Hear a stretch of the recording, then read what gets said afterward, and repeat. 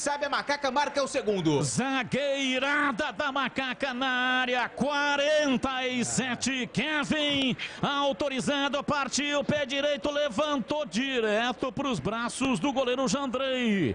Jandrei agradece e repõe a bola na velocidade, mandando no campo de ataque para Marquinhos. Chega lá atrás, Marcos Júnior para afastar, afastou errado, Caleri entrou, bateu, gol!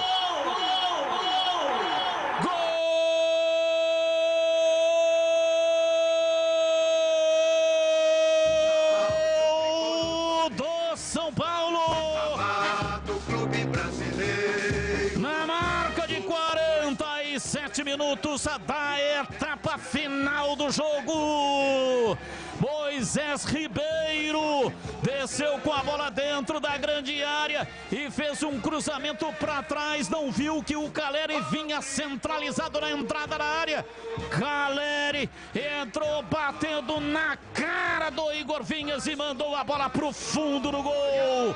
Caleri estufou a rede no virou, vira pra cima da Macaca num erro grotesco, absurdo, sem sentido. Moisés Ribeiro, demenciado no lance, fez um cruzamento como se ele, Moisés Ribeiro, fosse o companheiro do Caleri.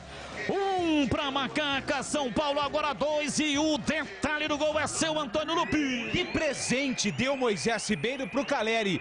O melhor presente que o camisa 9 poderia esperar na noite deste domingo. Um recuo totalmente sem noção do camisa 7 da Macaca, nos pés do Caleri, que de frente pro Igor Vinhas fuzilou pro fundo da rede. Caleri vira o jogo no majestoso. Ponte Preta 1, São Paulo 2, e cartão amarelo pro Caleri. Kevin levantou, bola cruzada na área, vem